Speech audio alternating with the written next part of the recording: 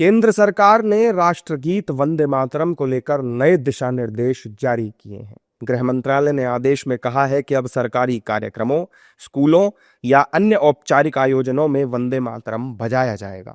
इस दौरान हर व्यक्ति को राष्ट्रगीत के सम्मान में खड़ा होना होगा। इस आदेश के बाद राजनीति तो गर्मा ही गई, साथ में मौलानाओं की आपत्तियां भी सामने आने लगी। सरकार के इस फैसले का मौलाना विरोध कर रहे हैं और कह रहे हैं कि इस्लाम हमें इसकी इजाजत नहीं देता। जब हमारे देश का संविधान हमें अपनी आस्था को प्रकट करने का, उसका इजहार प्रचार प्रसार करने की इजाजत देता है, तो हमारे ऊपर, हमारी आस्था के ऊपर किसी चीज को थोपा नहीं जा सकता। ये सच्चाई है। और मुसलमान तो गाएगा नहीं, क्योंकि मुसलमान के लिए आस्था से बढ़कर कोई चीज है ही नहीं। अगर हमारे पास आस्था ही नहीं बची तो हमारे पास तो कुछ भी नहीं है। इसलिए मैं तो ये कहता हूं कि सुप्रीम कोर्ट में तो चुनौती होगी ही होगी, लेकिन मुसलमान कोई गाएगा नहीं, बिल्कुल नहीं गाएगा। चाहे हमारी गर्दन कलम हो जाए, हम नहीं गाएंगे। जबकि विपक्ष के मुस्लिम नेता सरकार के फैसले से नाखुश हैं।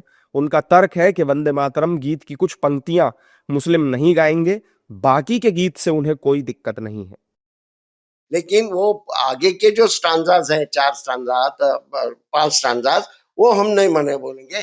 जिसको मान्यता है वंदे मातरम करके, ये देश का एक राष्ट्रीय गान है, वो गान हम जरूर गाएंगे और मुसलमानों ने ये गान गाने से कोई प्रॉब्लम नहीं है। इसमें कुछ ऐसी पंक्तियां हैं जो एक मुसलमान के लिए सही नहीं है, एक प्रैक्टिसिंग मुसलमान के लिए सही नहीं है। देखिए, मुसलमान का क्या है, दिन ला इलाहा इल्लल्लाह मुहम्मदुर रसूलुल्लाह, there is only one God, Muhammad सल्लल्लाहु अलैहि वसल्लम is the messenger of God. हम अल्लाह के सिवा किसी और की वंदना नहीं करते। अगर फोर्स करना, सुप्रीम कोर्ट का एक जजमेंट है जस्टिस इमैनुअल केस के अंदर, आप वो जजमेंट को पढ़िए पहले, ये तो पढ़ते नहीं है जजमेंट। उसमें साफ तौर से लिखा है कि नेशनल एंथम जो जन गण मन है वो मैंडेटरी, और ये जो राष्ट्र सॉन्ग है, ये इसको आप नहीं पढ़ो तो भी वो नहीं है कुछ। वंदे मातरम में जो ऑब्जेक्शन इस बात का है कि जमीन की पूजा की जाती है। इस्लाम पूजा की इजाजत नहीं देता किसी को भी सिवाय अल्लाह के। और वैसे भी सुप्रीम कोर्ट का ये आदेश है कि कोई किसी को भी जबरदस्ती ये पढ़वाना नहीं चाहिए। अब कल को आपने देखा, आज भी ये होता है कि अगर कोई जबरदस्ती किसी मुसलमान को मार पीट के जय श्री राम कहलवाते हैं तो उसके ऊपर केस कायम हो जाता है। तो ये ऐसी हरकतें क्यों कर रहे हैं जिससे कि देश का सौहार्द पे असर पड़े, देश कमजोर हो। वंदे मातरम पर आए सरकार के फैसले और विरोध पर एनडीए के नेता क्या कुछ कह रहे हैं, ये भी सुन लीजिए। ऐसा है, ये जब सरकारी आदेश है और वंदे मातरम राष्ट्रीय गान है, इसमें कोई दो राय नहीं है।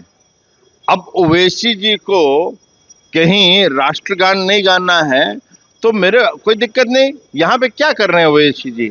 ओवैसी जी को तो चले जाना चाहिए पाकिस्तान, वहां पे कौमी तराना गा ले तो कौमी तराना गाया करें, राष्ट्रगान हम लोग गाएंगे, आपकी आवश्यकता नहीं है।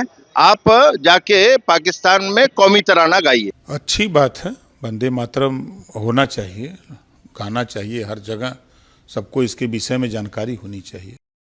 ये आदेश 18 जनवरी को जारी हुआ था। इसमें साफ लिखा है कि अगर राष्ट्रगीत वंदे मातरम और राष्ट्रगान जन गण मन साथ में गाए या बजाए जाएं तो पहले वंदे मातरम गाया जाएगा। इस दौरान गाने या सुनने वालों को सावधान मुद्रा में खड़ा ही रहना होगा, लेकिन इस आदेश पर विपक्ष नाराजगी जता रहा है।